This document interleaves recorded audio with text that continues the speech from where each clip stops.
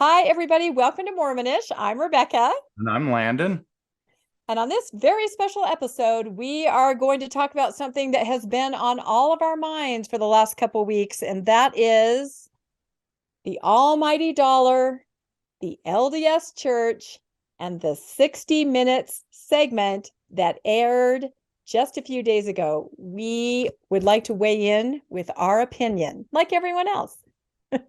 That's right. And you played a big part in this, or maybe a little part, but I think it's a little part. yeah, you've been involved with this, and you knew about this report several months ago, coming out as part of your work that you've been doing with John DeLynn and RFM and Spencer Anderson on the Mormon stories on the SEC that you've been putting together. So, you want to say a little bit about what you knew and tell a little bit about that backstory?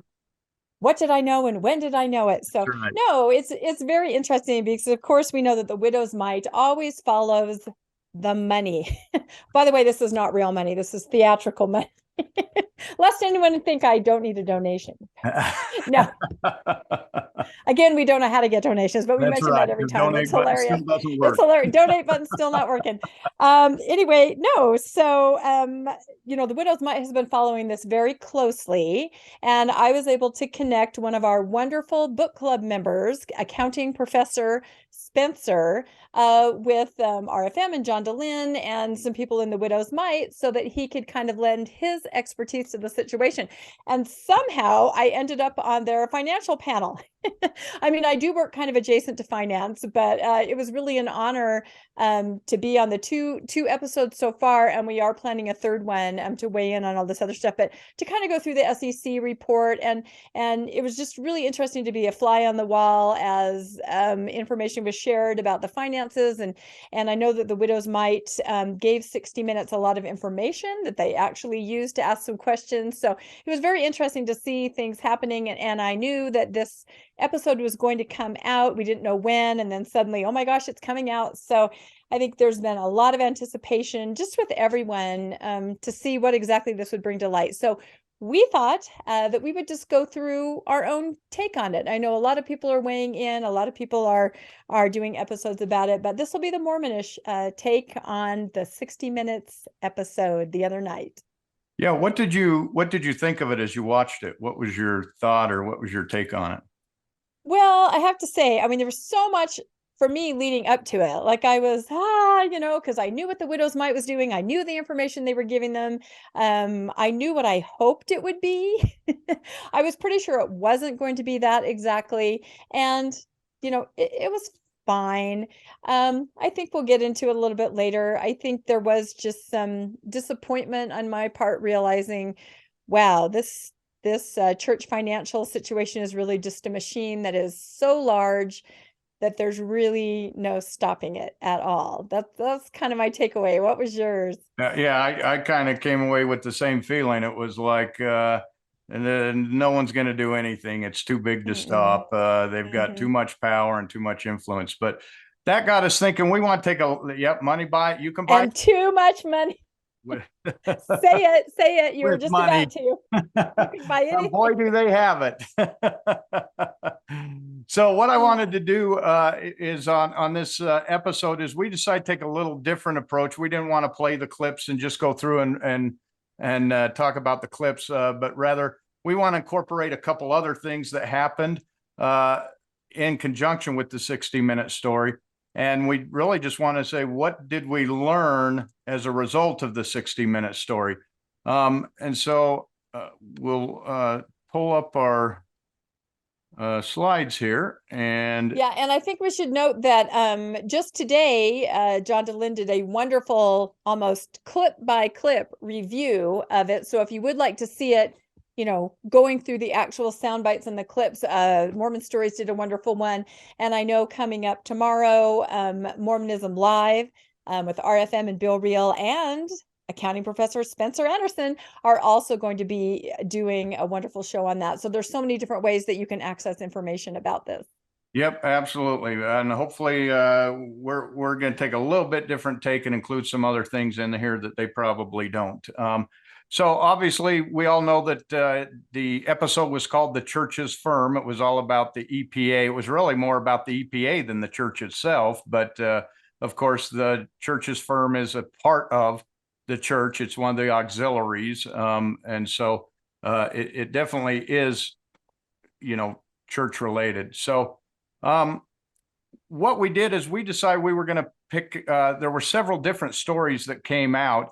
There were some preemptive strikes by the church that they put out, and the church when they want to get their message out, they go to their apologetics. And so the first thing we saw really come out for this was an apologetic website that covered this, and we're going to go to that. It was Book of Mormon Central. We're going to cover some of what they said as a preemptive strike to show what the church was trying to say before it ever came out. Then once it came out, the 60 Minutes, obviously, we're going to cover the 60 Minutes.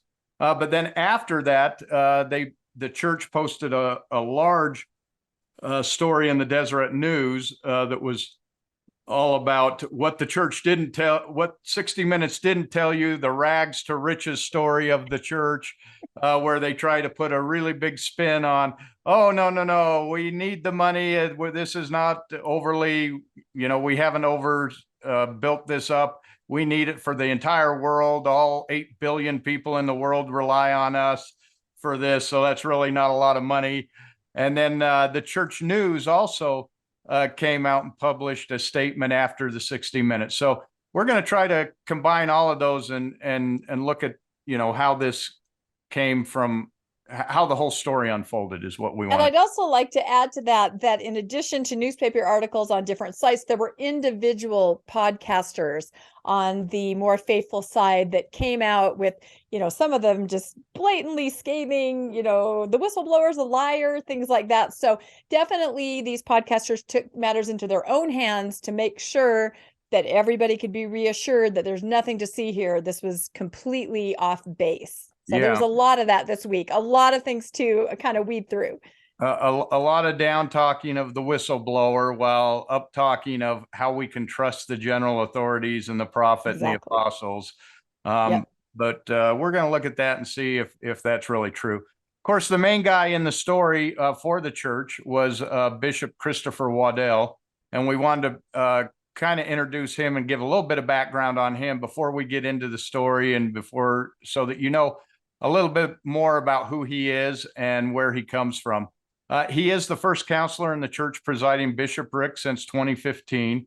He's a graduate of San Diego State University, but he worked as the VP of investments for Merrill Lynch. So that becomes really important. That's what his job was. This is not, the bishop that was called, that's a plumber, that's now, running the church investment. This guy was VP of investments for Merrill Lynch. So he knows what he's doing when it comes to investments. He knows where this money's going. He knows how it's being invested. He knows what the returns are. He knows what's going on here. A lot of people have said, why'd they pick this guy? He kind of was a weaselly, and I don't know if you could have picked anyone who could sit there and lie to the camera and not look slimy or dishonest, because that's exactly, what I saw in this story was that because several of the things they brought up, we've already debunked. We did it in the SEC. We had an SEC two series ruling, on SECs on the ruling, and we went through all of these different items, and the church is still making the same statements they were making back then, even though we all know that what they were saying is absolutely not true. And I would say that is a highlight that they did choose him. That was one thing, because talking to some other people behind the scenes, they said, God, there were some other people that could have been chosen that might have come across a little better on camera, better from the faithful side. I was glad they chose him because he definitely looked awkward, up to something, and just had a strange presence, I thought. So that was a highlight. Yeah, that was. It was kind of fun to watch him struggle. So yeah. We added a fun little quote from Bishop Waddell. This we'd like you to compare to what he said on 60 Minutes. But he said, church leaders have often encouraged Latter-day Saints to prepare for adversity in life by having a basic supply of food and water. and some money in savings. At the same time, we are encouraged to be wise and not go to extremes in our efforts to establish a home storage supply and a financial reserve. So he tells us right there, we don't need to go to extremes. We just have to have some money in reserves. $150 billion may not be. Some money is very relative to whoever's talking about it. And that was actually in a conference talk, 2020, I think, wasn't it? Yeah, Just because we know we like references. I didn't see it on the slide, but yeah, a it was from a conference talk. talk in 2020. So you can all look that up. But yeah, he definitely talked about, let's not go crazy. So I don't know what the definition of crazy is if it's not 150 plus billion dollars. And no matter who you ask, you won't get a straight answer from the church on when enough is enough. That's right. And what I thought was really, I think everybody was extremely curious to find out who David Nelson is. I mean, we've been hearing about him, we've read quotes from him, but none of us have ever really seen him. So I'm glad that we're going to talk about who he is. And I have to say up front that I was very pleased with how he presented himself. He seemed very honest, very straightforward. He really made a good impression, at least on me, I felt. Yeah, that I hadn't seen him before either, and he intentionally kept it that way. I didn't know much about his background until the story. And so he was a very fascinating, seemed very humble, very honest. He was far more believable to me in his statements and seemed far more genuine than Bishop Waddell did. So just a little background on David Nelson. He was a senior portfolio manager for Ensign Peak. In 2019, he filed a complaint with the IRS, and the SEC picked it up, accusing the LDS of amassing a reserve fund intended for charity. He just recently, in 2023, he updated the complaint to cover fraudulent SEC filings and tax avoidance, foreign accounts, deceptive statements, and more. So the statement's been updated since he initially put it out in 2019. He was an active member until 2019, but his wife and family were out of the church, and he followed them out of the church. He also worked on Wall Street. He said during the interview, making rich people richer, but he left. In his words, he left to make a difference, and he came to Ensign Peak. He'd been recruited, and he came to Ensign Peak thinking that he would make a difference in the world, that here he could help the less fortunate as opposed to helping the rich get richer.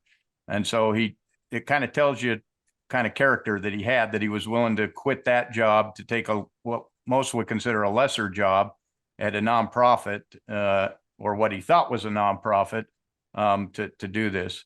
And he is not. And I read online a lot of people picking up his quote where he said, "I thought we were going to change the world." Kind of what you said, that was very sad and poignant. Yeah, that was a highlight for everybody. I think it was very sort of poignant when he said that. I believed him.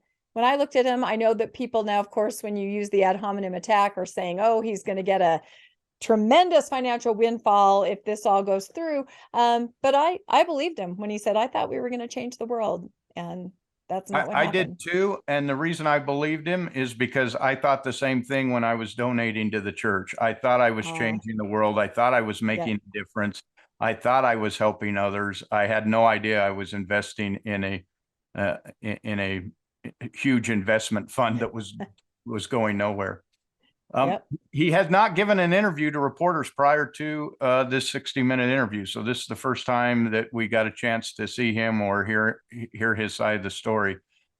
Mainly, if you heard him say it, he said it's time when they asked him, because he saw the result of the SEC investigation, and he saw that the church took absolutely no.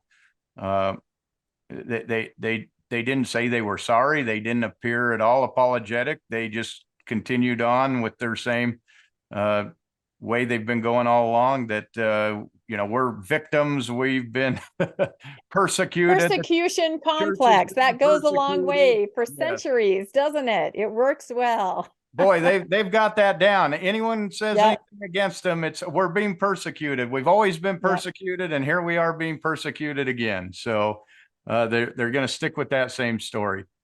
So we're going to go through a list of things that we learned from the 60 Minutes. And the first thing I pulled out here is that keeping the funds secret was mission one. That's the first lesson we learned. This is actually a quote from David Nilsson. It wasn't in the show, but it was on one of their outtakes, that the other things that they produced.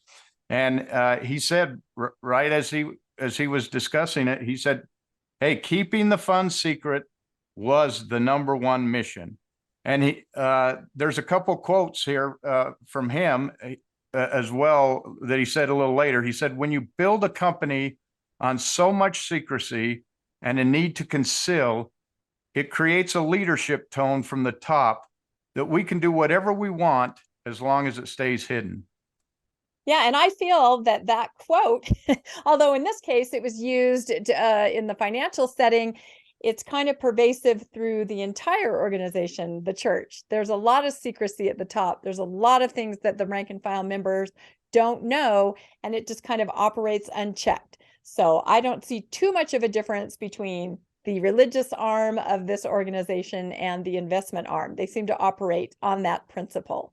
Yeah, they clearly think they're above the law, and that as long as they can keep it hidden, they'll go to any extreme, whether it's breaking the law or not, to keep it hidden. And in fact, this is I'm going to go to the Scripture Central. This is an article that was put out in Book of Mormon Central on their website the day before the episode was released. And boy, I encourage you to go read this on Book of Mormon Central. Everyone we passed it to was just horrified by what this says. This was written by, we don't know who, but somebody, contributed to Book of Mormon Central. And the intent was to get ahead of it, to get ahead of the 60-minute episode, and to kind of give the church a positive look, I guess, before it came out. Right. I would say an inoculation, which we've seen before, a prior inoculation. So everyone could read this. And then when the episode came out, they could say, "No, I already understand all this, and I already know the true story. Everything's fine." Yep. We can trust them. I've already read the story. Yep. And that's exactly what this is. And this was written as they say, you may be interested in what the faithful rank and file Latter-day Saints think. So they're speaking for all the Latter-day Saints here, telling you what they think. Well, if this is what they think, then David Nilsson hit it completely on the head with the quote that he had just before, where he said that hiding it was their mission one, and that they could get away with this. Can you read that, or I know I'm going to let you read it. It's a little small on my screen. I could have printed it out early, but we'll let Landon read it. You can read it in an authoritative, booming voice. There you go. He said, "We consider the church to be the literal kingdom of God on the earth in the latter days. It is led by prophets and apostles who are accountable not to shareholders or voters, but to Jesus Christ. The church has a divine mandate to prepare the world for the second coming. Kingdoms, by their very nature, do things a little differently than democracies, commercial enterprises, or NGOs. Transparency is an expectation in the internet age, but kingdoms, like privately held companies, are seldom fully transparent. Centralized financial management on a global scale seems entirely appropriate for an organization that aspires to fulfill the prophecy in Daniel 2:44. Wow. And what I heard everyone say is, "Oh my gosh, they said it out loud." Yes, they did. They really are trying to take over the world in the name of Jesus Christ. You don't hear this in a consolidated statement like this too often, but they literally said they are the literal kingdom of God on earth, and they basically want to take over things on a global scale, as they have been mandated to do through the scriptures and their divine mission. And here it is. They said it out loud. What did you think, Landon? Oh, yeah. He basically said, we don't operate like democracies. We're a kingdom. We report only to Jesus Christ, and therefore we're above any laws of democracies or private firms or NGOs. We don't have to follow those rules because we're the kingdom of Jesus Christ, we make our own rules. That's basically what he's saying right here. And that's exactly the attitude that David Nilsson described at Ensign Peak, that as long as we could keeping it hidden was the main thing. It didn't matter what the law said.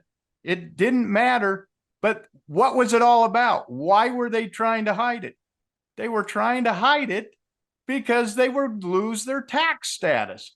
So Exactly. they want the tax status from the democracy, but they want to be a kingdom. And they aren't investing, they're not investing Kirtland Safety Society notes of their own making like they did, because we saw how bad that went. They're investing US dollars, US currency, the currency of capitalism and democracy. That's what they're building their nest egg from. Yet they're a kingdom above the law and above the rules. And exactly. So they'll work with what they have in the environment that they're in, but it's very clear the attitude is they are above the law. And of course, we all read that quote, or was it a video or a quote, where Ensign Peak was first, confronted with this, and someone came out and said, well, this is for Jesus Christ, it's for the second coming. Another situation where they said out loud something that they probably weren't supposed to say. But now we understand this attitude. And it makes me think back. I don't know if you thought of this too, Landon, when Mitt Romney was running for president. And some people brought this idea out. They said, well, wait a minute. Okay, so he's going to be, the highest person in the United States charged with protecting the democracy, but isn't by the fact that he's a Mormon or a member of the Church of Jesus Christ of Latter-day Saints, doesn't that mean that he actually answers to a higher authority? Hasn't he made covenants that means that he answers to a higher authority, meaning the prophet speaking for God? This kind of says that, doesn't it? That there is a higher purpose to build the kingdom that supersedes anything else. That's what got Holland so upset when the BBC asked him the question, didn't he make these covenants in the temple? Wouldn't he have made those covenants to take his life before, not disobeying the church? And Holland was completely stumped. You could tell he was angry. He was visibly angry. But that's true. Before you ever elect a Mormon president, you got to think about this. He has made a covenant, and his priority is the kingdom of God. Jesus Christ's kingdom is over the democracy in which he'd be the president. And so, although I was excited when I was an active Mormon that there might be a Mormon president, I have since seen the danger in such a thing, especially when I see how much influence these Mormon politicians are having in our government. And we're going to see that a little later on some of the results that happened there, as well as we've got an episode coming up about separation of church and state and how the church has always manhandled the politicians around it. And so, yeah, very interesting. When I read this, I just was like, wow, I can't believe they just said this. Kind of floored. Yep. So, okay. Our second thing we learned, the church has not and has no intention of ever exposing its value to the government, reporters, or their own membership, including apostles and general authorities. We saw that happen throughout the interview. I don't know what happened here. But the reporter asked him. It's been redacted already. Yes, it's been redacted. The reporter basically says, it's been reported that you have $150 billion. Does that sound correct? To which Waddell said, that's an estimate that some have made. The reporter said, are we in the ballpark? And he said, we have significant resources. He was absolutely not going to, in any way, shape, or form, expose how much money the church had. And several times in the interview, the reporter, when she was talking to the IRS agent, said, how are we supposed to know how much they have and hold them to certain percentages of charitable giving if we don't even know what they have? And the IRS agent said, well, we have to count on their good behavior. Ooh, and we all know we can't count on that. I was also disappointed in the episode that they kept saying millions. I know they were referring to times when they used millions of dollars, but boy, I wanted them to hammer home to people in the general public that we are talking about an ungodly amount of money. We are talking about billions, which I also feel that's a double-edged sword. I don't think people can comprehend how much money that is. I've said that before on other episodes. And I don't think they can. I don't think they can understand billions, millions. It's the same, but it's not the same. And for the IRS to say, oh, we just hope that they do the right thing, or it just it's just a way to sort of try to wrap your brain around it that I don't think anybody can follow. Yeah, it it's larger than Apple. Yes. I mean, and Yeah. everybody in the world has an Apple device. There's only church claims 17 million. There's probably only more like 5 million active members that this $150 billion is being collected from. Um, it's funny. The reporter tried to clarify or tried to ask him. She said, "Don't you agree this would be a non-issue if there were more transparency?" And to which he replied, "No, because then everyone would be telling us what to do with the money."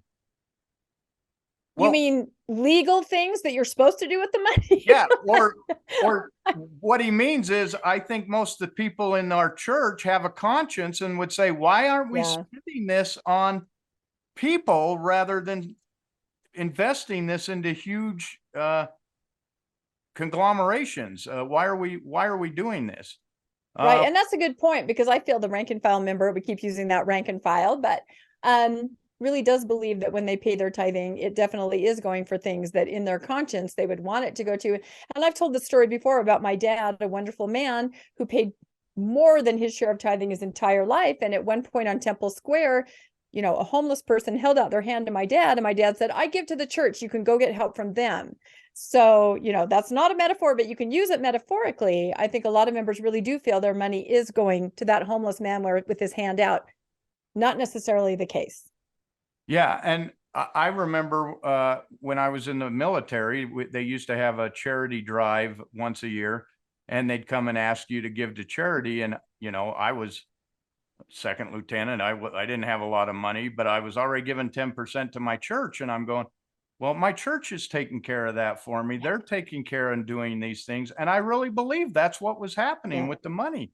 I had no idea it was being invested in all of these different global stocks around the world. In fact, they asked him. I didn't put this one in here, but they asked him. They said, you're acting like an investment bank. And he said, no, we're not. This is the church's this is the church's funds. This is their management. This is the church's bank. Okay, it's the church's bank that's being invested in stocks by a professional VP of investment management at Merrill Lynch. That sure sounds like you just It's described an investment bank. it's exactly the same, only Only different. Don't different. you think? Exactly the same, only different. Yep. That's right. Investment banks only happen in democracies. What we're doing Exactly. is a kingdom. This is a kingdom. Yep, there's a distinction there. There really is. And also that answer that will satisfy a lot of people. That answer makes perfect sense to people. Other people, they were throwing things at the TV. Yes, What are going, you what are you saying? saying? You just described an investment Yeah, bank. exactly. It's funny too that I read that Deseret News after the 60 Minutes episode, Deseret News produced that rebuttal that we talked about. And Right. it's funny because I pulled one of the paragraphs out of there. There's many paragraphs. They talk about how the church was persecuted and almost bankrupt. And it's funny because every time they were almost bankrupt, it was because of one of their business arms losing money. That's what was bankrupting the church. So get out of the business. Get out. Don't do a business arm. Be a church. Be charitable. I don't understand how churches are allowed to be a for-profit business while they're a church at the same time. And we'll talk about that and why that's dangerous as well. Well, and there's historical precedents because since the beginning, and we've done a couple episodes on this, and we'll continue to do episodes on this, the church has been involved in business, be it banking or sugar beets or, everything you can think of, land speculation. There has always been the business aspect. And if you look at the articles of incorporation, the new ones, when they changed the name to the corporation of the presiding, remember how they did that exact Yep. name? I can't remember the exact Yep. name now. It literally says, if the religious arm of the church should be dissolved. I mean, doesn't that tell, or of the corporation, if the religious arm of the corporation. So what everybody calls the church or the gospel, it's a religious arm of a corporation. A corporation, yes. That's It's a crazy to business with a realize. So religion, not the yes, opposite yes, way. not the other way around. Yep, that's it. This is what the Deseret News said. They said today the church has a stock portfolio worth tens of billions of dollars. 60 Minutes said some have estimated the church's assets total as much as 150 billion, though it didn't provide a source for that figure. The church does not publicize how much money it has so it can keep the focus on its religious mission. Bishop W. Christopher Waddle, first counselor in the presiding bishopric, told 60 Minutes. So it's interesting that they say, oh, they said it was 150 billion, but they didn't even quote a source. Well, how do you quote a source when you haven't had to file anything to that anyone could tell how much it was worth? And then here the Deseret News, look at the number they use, tens of billions. They're saying, no, it's not hundreds of billions. Yeah. It's only tens of billions. How do we believe them? Where did they get tens of billions? They aren't quoting their source. Did they get told that from somebody? But we know where the 150 billion came from. The Widow's Mite report has been putting that out for quite a while, and they put it out on the project that you're working on with John DeLynn. Yeah, no, they're amazing because, like you said, they do not report, the church does not report anything. This quote is ridiculous because, of course, there are no sources. They won't report it. So what the Widow's Mite does is it goes out and it grabs the reportable, the things that they must report, the things that they do report. And this group of people works really hard to crunch those numbers and put them together. And they make it very clear that this is a spectrum. It could be as high as this. It could be as low as this. It's probably somewhere in the middle. I mean, they're very, very careful with their numbers, not to go to extremes, not to be extravagant in the way that they calculate things. But I mean, they're a think tank that works really hard on trying to get some transparency out there because we're not getting it from the source of the church. So I've learned a lot about the Widow's Mite in the last couple months, and I just have incredible respect for what they're doing. It's absolutely amazing. And they're getting those from the public documents that yes. the church does have to. There are some countries that require them to post those. So Canada, Australia, they know what the church is bringing in those countries. How nice. And don't you find it interesting that in the two countries where there is transparency, there's some dicey, questionable practices going on, right? It makes you think that other places, were there laws of transparency, we would see the other things that they're doing that just are not above board. We know they were questioned about transferring millions of dollars from Canada to BYU using the education loophole to a college, and then they're funneling all of their money through Australia to make sure that their tax holdings there are that they don't have to pay taxes on them, so that they remain tax exempt in Australia. And both of those have been questioned, as this doesn't appear to be legal, or this appears very shady. So if they're doing those shady things where they do have to be transparent, what are they doing in the US where they don't have to be transparent? And they got caught. They got caught on the SEC thing. We know that. We don't know what they're doing, on the investigation right now that the IRS could be conducting, but they don't tell you anything either. So, but exactly. And let me point out this really funny thing. So going back to Australia, exactly, nothing was coming charitable out of Australia. But now, if you see articles from the church, It used to say LDS Charities. They'd list a whole bunch of things they'd given, and then they'd say, with the help of LDS Charities, which of course, as we know, were wealthy donors, members donating money and kind of funneling it through the church. I've seen articles lately where it says from LDS Charities Australia. Yep. So they definitely know they have to play along with the law there now, that they have sort of been caught with their hand in the cookie jar. So it's interesting to watch how they change very quickly once those transparency laws bring things to light that are not quite right.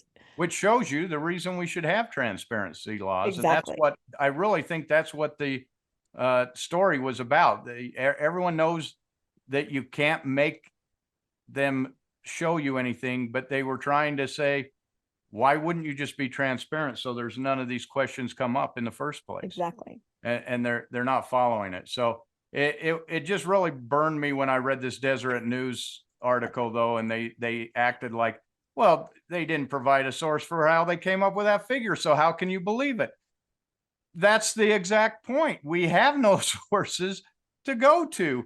And the only official source I know of who has ever told us what the value of the church's wealth is that one general authority that was speaking in Africa a couple years ago that said, Oh, we yes. are not a wealthy church. Yes. So We when we need your go to the tithes. officials to get we're told, oh no, we don't have any money. We're not a wealthy people. Well, you are a wealthy people, one of the most wealthy in the entire world, with the stockpile of cash. And we just know that's going to get bigger and bigger. Right. The And I other, would say that even their own apostleship doesn't know the extent. There is the story of, I believe, was it Boyd K. Packer? Boyd K. Packer. Yeah, who tried to go over to Ensign Peak and knock on the door and say, I want to know about this fund. I want to know what's happening.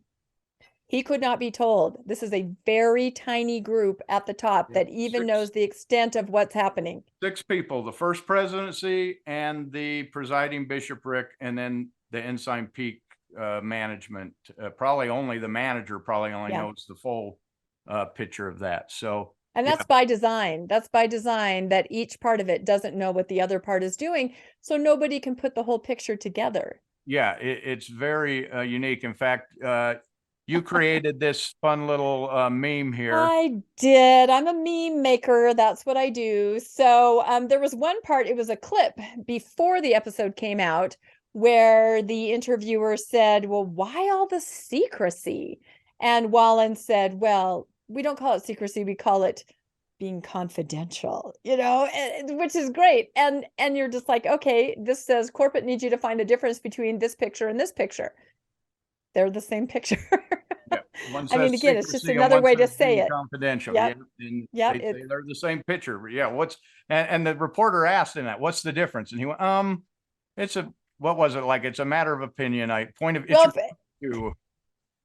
in the soundbite they showed ahead of time, he just went, I mean, they cut it there in particular to make it look like that. But yeah, you had to think for a minute. It's, so yeah, there's definitely, one of my takeaways from the interview is that they don't really need to tell us anything really at all. And I pointed out to you as we were talking about this that when only 6 people or 7 people in an organization of several million know something, it's not confidential, it's not secret, it's top secret. Top secret. Only the people at the top know this secret. Nobody else knows it. So it's not confidential. They tried to downplay it to confidential. It's top secret. And Only you know the difference because you were in the know. military, and there's different levels of, Oh, and you're there's right. Top absolutely secret different. is need to know a very few. Yeah.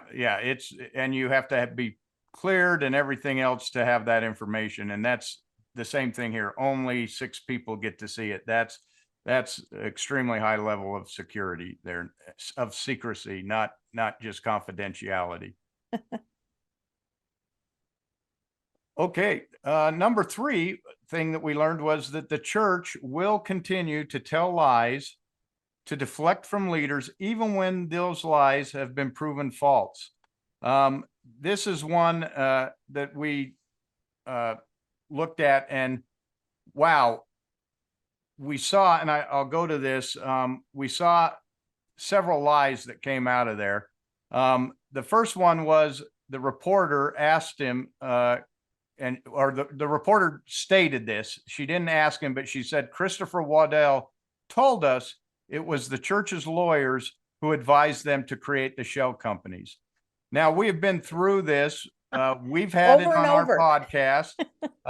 All the other podcasters we've seen, they were covering the same thing, that if in fact they claim that they got bad legal advice, they were under a duty to tell the SEC, well, we got bad legal advice. This is what we were advised to do. And then that Right. would have It's been a taken under defense. consideration as a defense. Right.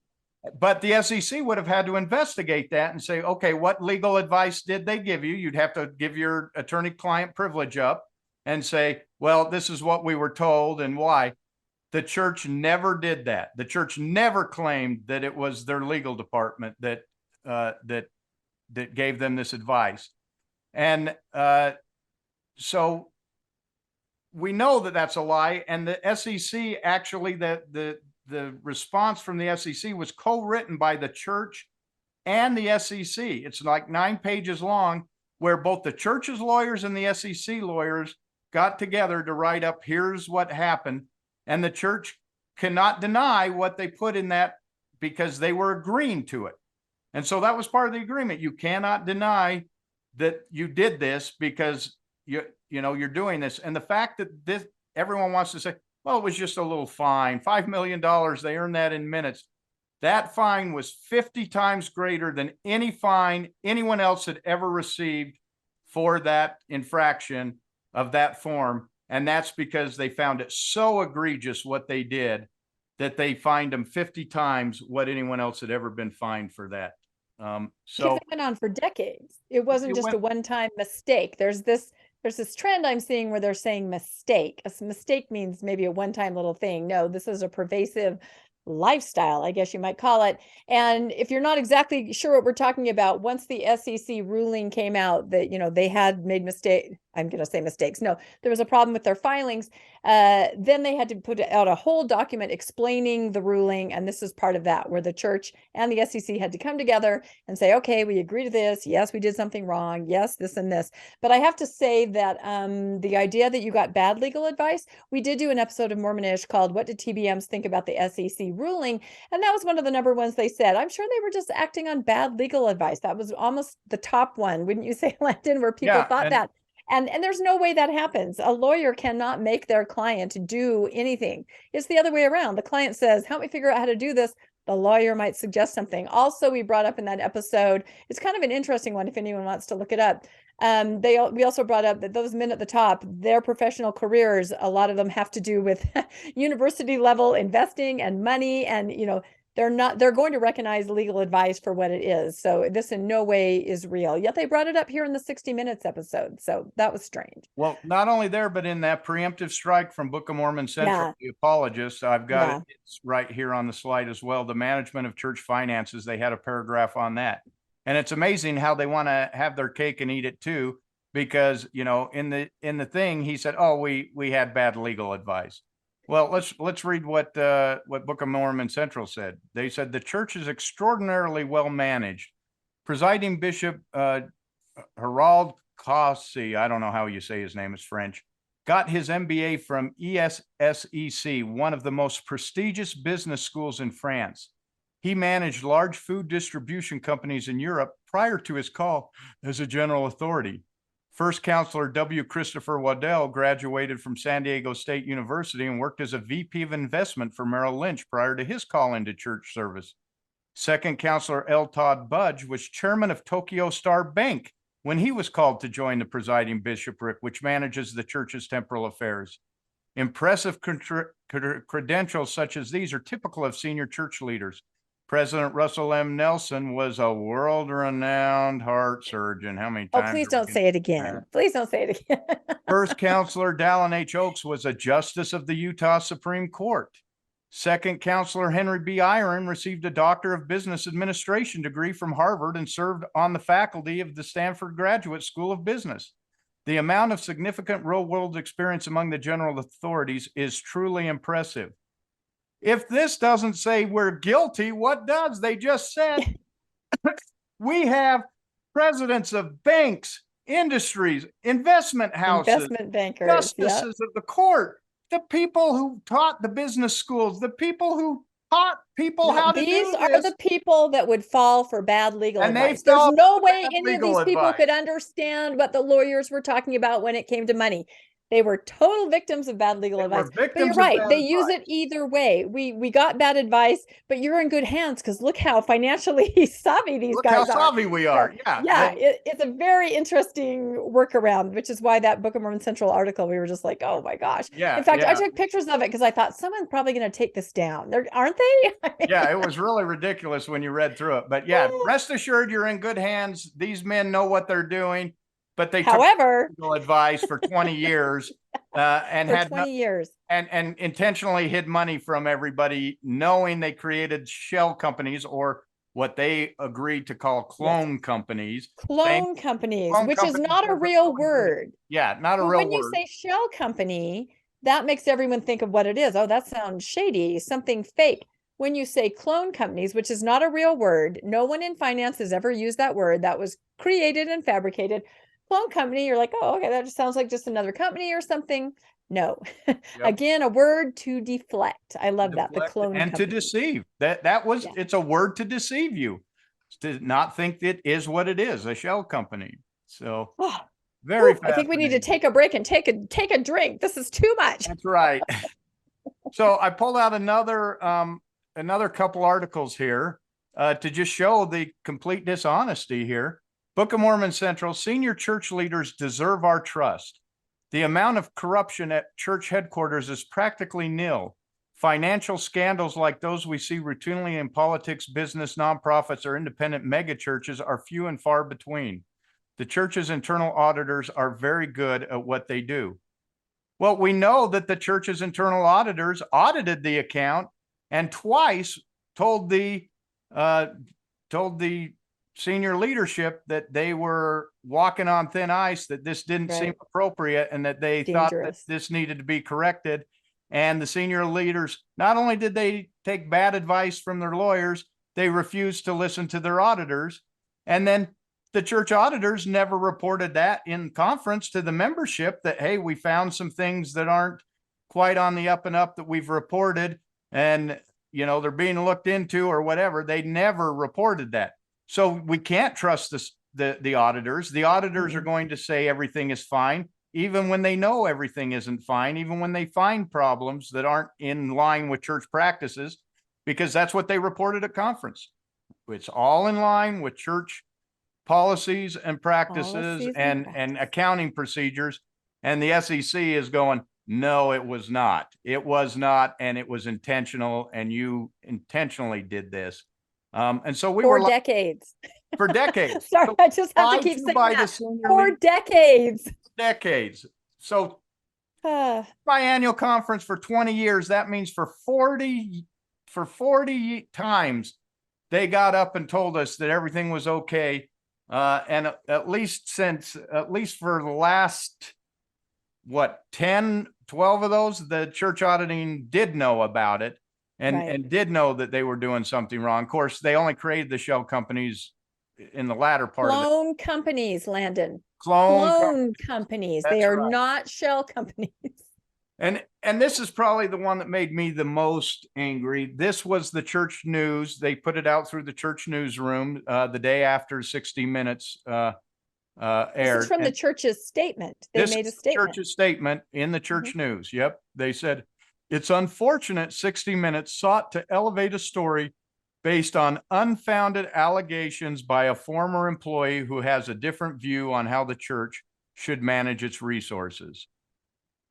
Unfounded allegations. The church was fined $5 million, 50 times what anyone else had, because they were guilty. They sat down with the SEC, drafted the response that, yes, we did do this. And now they want to say they're unfounded after they were fined $5 million. He said this is what they were doing. The SEC investigated it, and the SEC found out that's exactly what they were doing. So to say these were unfounded allegations is just mind-boggling to me. Well, and a different view on how the church should manage its resources. Yeah, David Nelson's like, I think you should do it legally and follow the law. And the church is Exactly. like, we have a different view on that. So, And it's like he said, I'm not an expert on charities, but I do know that that yeah, nonprofits don't bail out for-profit businesses. exactly. And they asked that question: did you take money from your nonprofit to bail out your for-profit business? And his answer was, we had sufficient resources to handle that. Well, what kind of answer is Yeah, that? I which mean, we know sounds what he was saying because that is exactly what they did, but no one else is going to understand. Yep. They use the weasel words again to put that. So that was really frustrating, which leads to some of the other items that really became frustrating in the report. Number 4 I'm is so frustrated my ear pod fell out. right So there. did you see that? It's like boom, That's my because you're. my head, I'm smoking out of my ears. I, I wish that the people who watch this were feeling the same way. Who are members that would say, wow, that maybe I'm not being told the full truth, because it's easy to go and investigate this if you have questions. Go read the reports. That's Exactly, but I think they don't do that. I think they like the nice answers, I and I think so understand too. that. It sounds like it's all solved. It sounds like there's nothing to see here. It's a nothing burger. People have said that. If you don't go to original sources and find out what's really going on, you're just going to think everything's okay. Yep, absolutely. And this fourth statement is really the one that just broke my heart. The Yeah, I IRS agree. to investigate the church, and um, Yeah. Like I said, I'm a meme maker. meme maker. So this is the meme maker. So if you're not familiar, this is from the Holy Grail, and Sir Robin is one of the knights, and his minstrels follow him around and sing songs like he's running away, he's chickening out, he's afraid to do, just so he's a coward. And this is an actual quote. The interviewer talked to someone from the IRS in the 60 Minutes episode, and she said, how likely do you think it is that the IRS would ever investigate this? And the IRS agent said, slim, the political risk is so great that it comes with real danger. And I agree, Landon. When we heard that, it was just so disheartening because it made you realize that money truly is power, and the church truly is more powerful than the government and the IRS. No one is going to look into this ever. And we saw the same thing on the Australian one. The guy that's the what is it, prime minister or premier or whatever it is of Australia, prior to him being elected, he was very against churches and having these perks. And then he becomes the prime minister, and all of a sudden he finds out about this. He says, well, we'll have to investigate it. Now, all of a sudden, dials it way back, all it takes way is, back. we'll make a little donation to your party, and problem goes away. And this is what we're seeing in the politics.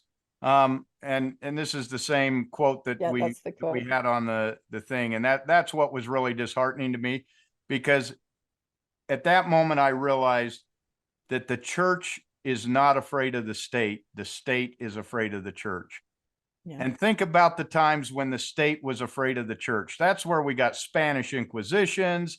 That's when we get this complete control of people's lives by the church, where even kingdoms were afraid of the churches.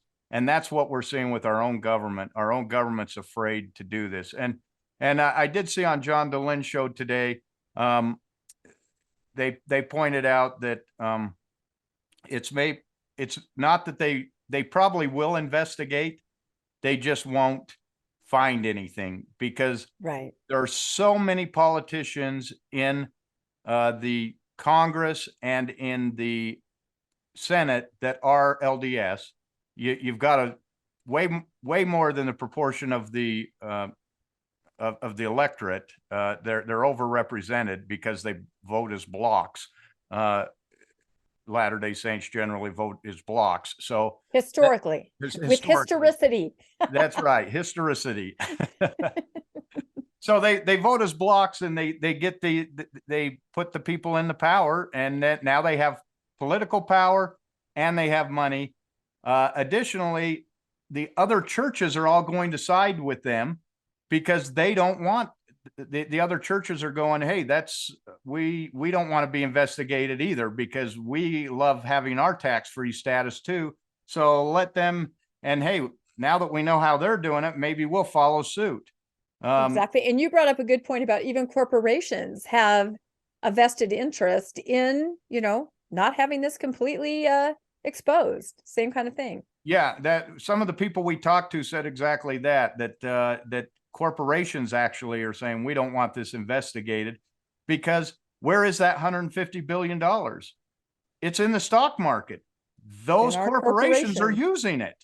They're putting it to work to make them more money. So they don't want the IRS to come and take to find the church and have them have to pull 20-30 billion dollars out of their investment portfolio to pay for a fine, because where's that come from? It's going to come right out of they're going to have to cash in their stocks, which is going to make their stock value go down. And so the corporations are saying, no, we don't want it. So that's what he means by that.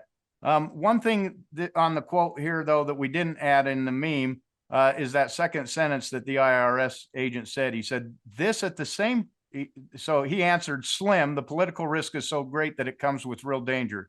This at the same time, there's a real risk to the rule of law if the IRS doesn't come in and enforce the rules. And that's the real danger, because once everyone else sees you can be a church and you can do this, everyone's going to start saying, how do I get in on that model? In fact, I myself am going, how do I set myself up as a church? Landon really wants to start a church. He talks about it all the time. I went into the 501c3 requirements for a church. You don't even have to file anything. You can just claim you're a church, and you don't even have to file for 501c3. It is absolutely open. You don't have to turn in any records. You don't have to show anything. You are completely protected as a church. And I don't believe that's what the Constitution meant. The Constitution said that the state can't set up a state church. It doesn't say it can't regulate the finances as it does with every other organization under its control. But we've given complete free rein to churches, and it's going to be the destruction of our economy. And we're not talking kingmen and all that crap in the Book of Mormon, secret societies. This is the secret society right here that's going to take it down. It's the church with these secret hidden funds that is going to become so powerful it can't be stopped with doing what. Don't you think that really is the only way that eventually just the point of view on church and state needs to change a little bit on that? I think maybe that's really the only way. I pointed out in an article, somebody said, hey, how the church spends their money is their business. You have no say in it. Well, that's absolutely not true. Because of the fact that you are tax exempt, that means that, maybe 30% of that should have been taxed came out of the public sector and into the private sector. That was dollars that could have been used for schools, for services, for fire departments, for other things that now have to be paid by me and you. And we have to pay more to cover those, while this gigantic organization isn't paying anything to cover. They've got thousands of church buildings that could burn down. I only have one house, but I pay more to the fire department than the church does.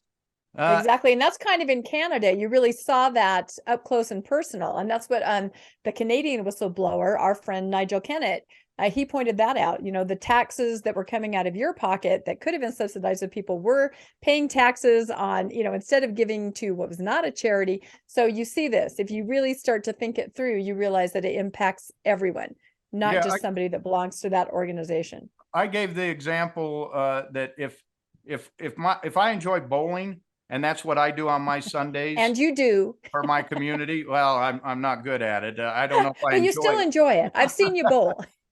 But if I enjoy bowling, I go join a league and do that on Sunday. When I go and pay to do that bowling alley has to pay taxes on what I enjoy doing. Now, if you find your community at a church and you go and give your money to the church, your church doesn't pay any taxes on it.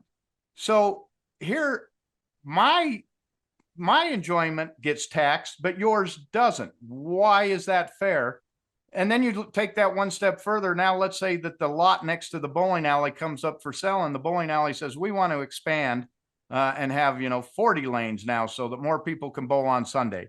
And so they go and they want to buy the lot, but a church says, oh, we want that lot too. Well, that bowling alley has been paying taxes, 20, 30% taxes.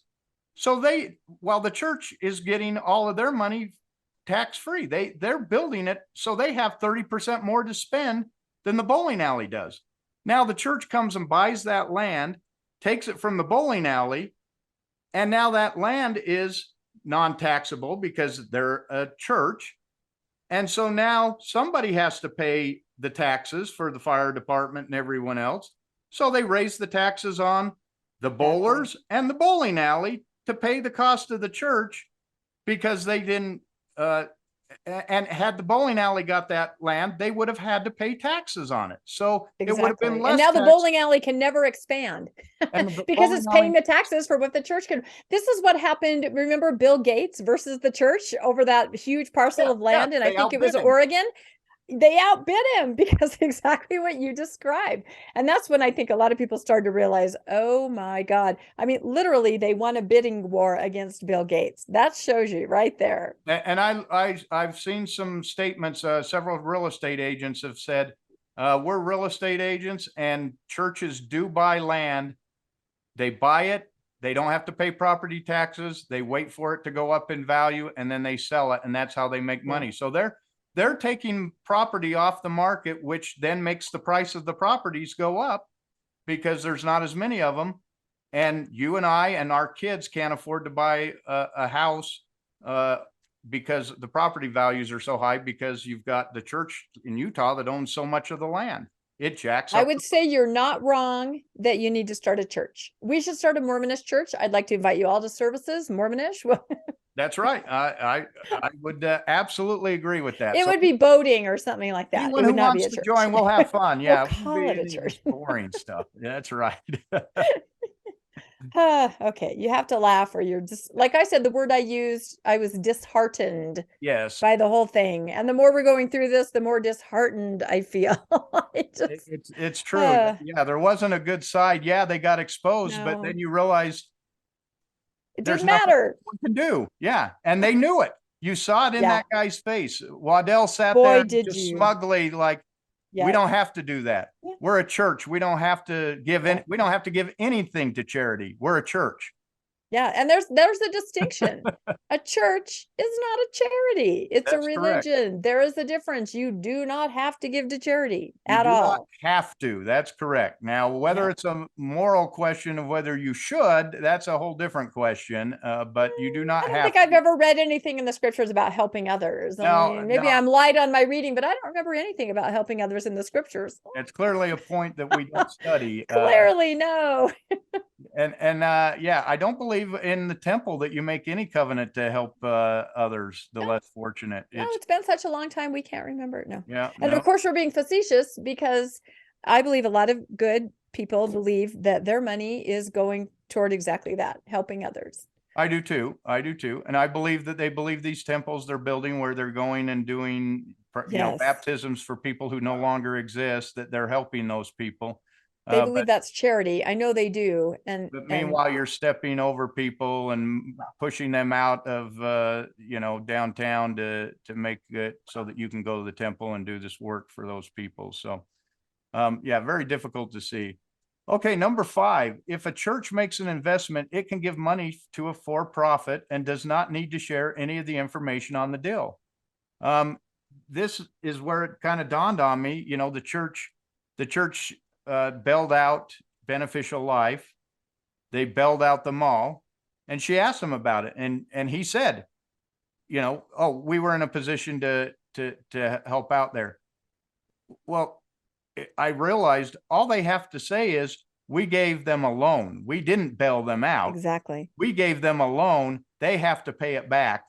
Now, then they said, she asked for, do you have any of the details on this? And they wouldn't provide that. And they don't have to provide that. So what they could have easily done is said, here's a 0% loan. And then they said, yeah, they've paid most of it back. They didn't say how much. They didn't. So how do we know it's a loan versus a bailout? But all the church has to do is write a 0% loan and give it to them. And they're basically saying, no, that was a loan. That's not a bailout.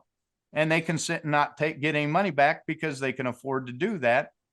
And they're bailing out a for-profit with not-for-profit funds. Well, and we know there's a precedence for that because, as I understand it, apostles, maybe not general authorities, but apostles have access to zero interest loans. Didn't we Yes. read that, Landon? Yeah. So can you imagine a zero interest loan? Yeah, you want to buy a house and you get a 0% Yeah. interest loan. You can pay it off in 10 years as opposed to 30 years. And Yeah. think how much. And I guarantee some of the members if anyone remembers 2008 and 9, where many members were losing their homes. In my area, that was happening. Our stake even sent out a letter that said, we will not be paying mortgages. Wouldn't it be nice if some of those people couldn't have got a no interest loan to see through those couple of years where it was so difficult, but that is not happening. Or even a low interest loan. Yeah, even a low interest loan. And this is exactly the time period where they did bail out the mall and the insurance business when there was, the horrible crisis of 2008 and 9. Yep. Or provide anything to help the members. Yep. Which, if I recall, they said that, that this fund is to not distract from the mission of the church, which perfect the saints, which would mean helping the saints would be one of their missions. So low interest loans for housing would be something that would follow that. We all saw other churches, or we've seen recently churches that are paying hospital bills for people. Oh my gosh. And paying off mortgage. Buying medical debt. Oh my gosh. And here we see the opposite. I don't see helping out insurance companies and building malls as part of the church's mission, yet they're saying that that's what they're using this for. And that's absolutely not true. That's not what they're using it for. And they said, oh, well, the bailout was an investment. We invested in that. So we took a bigger portion of the ownership of it. And therefore it's an investment that we expect to get something back on. Nobody invests in something that's $1 billion in losses. In the hole, right.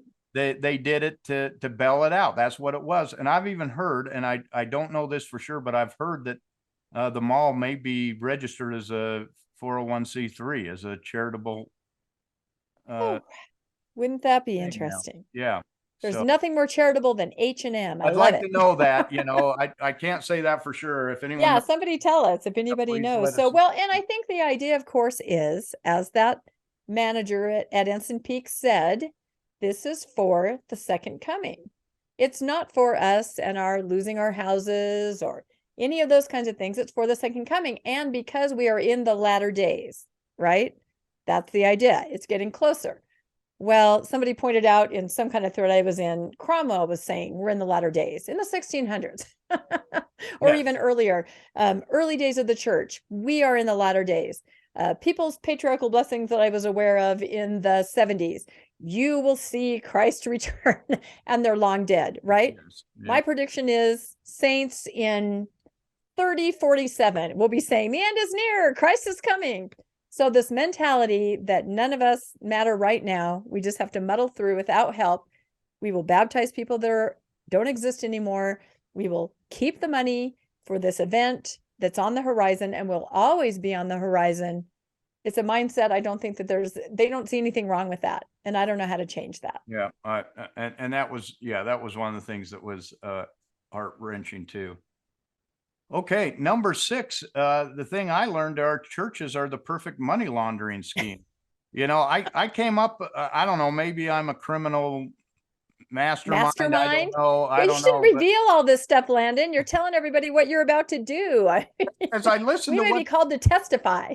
As I listened to what he explained, I was like, okay, so what stops a drug cartel from registering as a church in the United States, making donations, taking their drug money and making it a donation to the church? The church doesn't have to report where it came from. They don't have to report how much they got. They don't have to report how much they're investing. The church takes it They put it into an investment. They invest it, let it grow. And then what they do is they now funnel that money to a charity in Colombia where the cartel's headquarters are. And they say, oh, we're giving it to a charity, in which case they'd be giving more to charity than the church is giving to charity. And then they could set up a front that's just a charity group. And you've just laundered all your drug money through a church. This And sounds like an episode of Ozarks. it does sound like Ozarks. That's where I But got. you're not wrong. That's the whole point. That's what's really Why do a casino when you can do it through a church? when you can do it through a church. Oh my gosh. Yeah. Well, yeah, I couldn't figure out, and maybe some legal minds out there can, but I'm sitting there going, Yeah. wow, this sure sounds like money laundering. You're taking money, you're funneling it into for profits, you're buying property, Right. you're holding it at non-taxable, and then you're turning it into profitable when you sell it. It just the whole thing stinks. But I guarantee if you were to try that as a little person, you would probably end up in jail. would probably end up in jail. Yes, they would. So please don't, because who would co-host Mormonish with me? What would I do? You'd have to Zoom from jail. It would probably be really hard to hear with all the noise in the cafeteria. So please don't go to jail. We need you on Mormonish.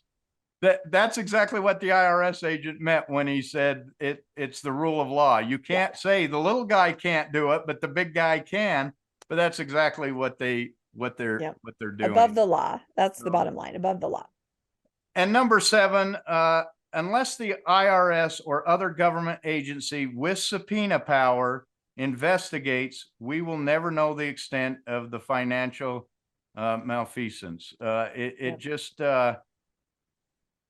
It was just came clear to me as I was watching it that they're not going to answer any questions. They don't have to answer any questions. The only way that you're going to be able to do that is if you subpoena them, you go after the documents, and we know that they've got a big church vault that they could hide any of those documents in anytime they want to. They got plenty of places they could hide those documents.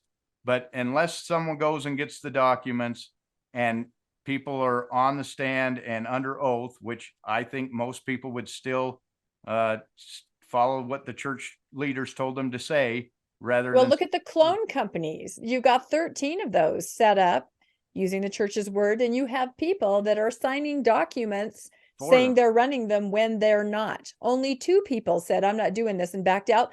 They were replaced by 2 more. So you know that people will definitely, for the good of the kingdom, they will do what they have to do. Well, and we can look at Mountain Meadows, the trial of John D. Lee, where do your duty, Mormon. That's the phrase. Told the jurors how to vote to acquit John D. Lee, and then the second time they wanted him convicted to get Brigham Young off the hot seat, so they told them to go ahead and convict him. We saw it with the Vallow case where they said, don't talk to him.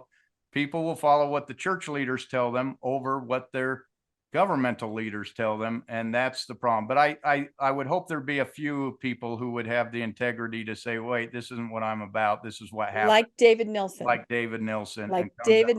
Who's being absolutely vilified and shunned. And we want to say to him that, nope, you are a hero.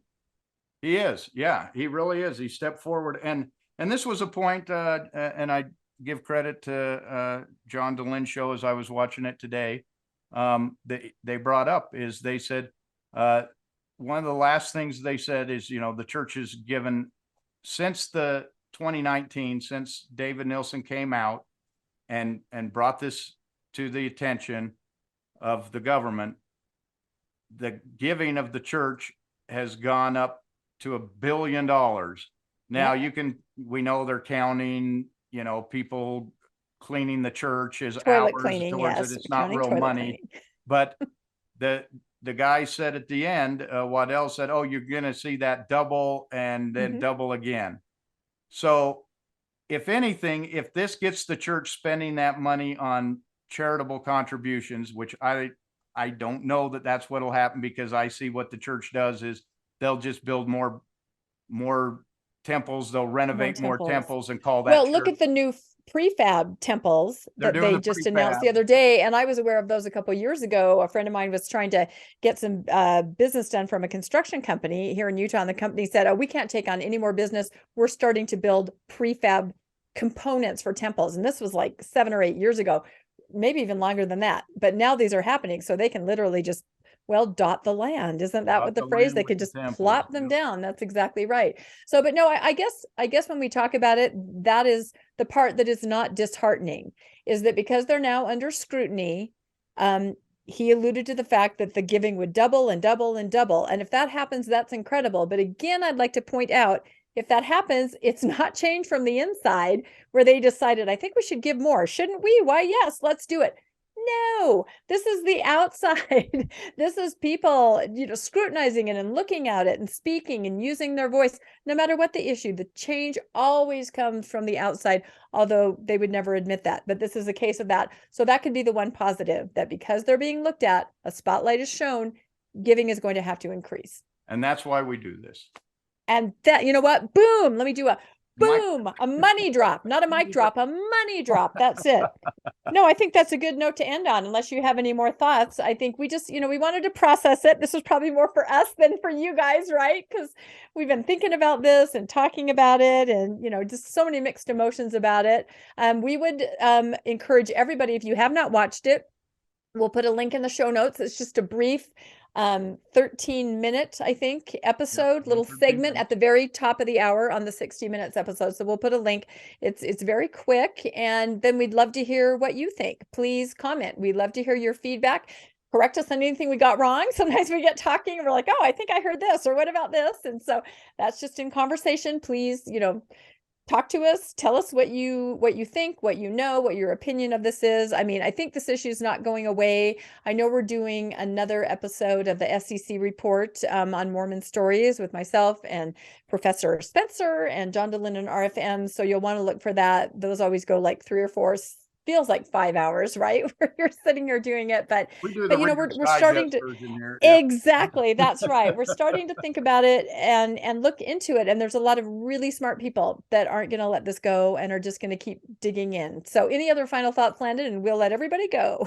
No, I think I've said everything. It was disheartening to see it, but I think if we look at it from the positive side, I think that the members are going to start saying, this is embarrassing. We need to do something with this money, and that's going to flow upwards too. I think the pressure from the outside will get the people on the inside doing the right thing. Yep. I think that's the bottom line. Money joke, bottom line, right? So thank you, everybody, for Mormonish. Don't forget to like and to subscribe. And if you'd like to be made aware of episodes as they come out, you can hit the notification bell. And we will see everybody next time on Mormonish. Thank you. Thanks for joining us for another episode of Mormonish. We really appreciate our listeners and would love to hear from you if you have a story you'd like to share. You can email us at mormonishpodcast@gmail.com. You can also find us on Facebook, Instagram, and on our website, mormonishpodcast.org. And don't forget to look for us on YouTube and like and subscribe. Keep joyful, everybody.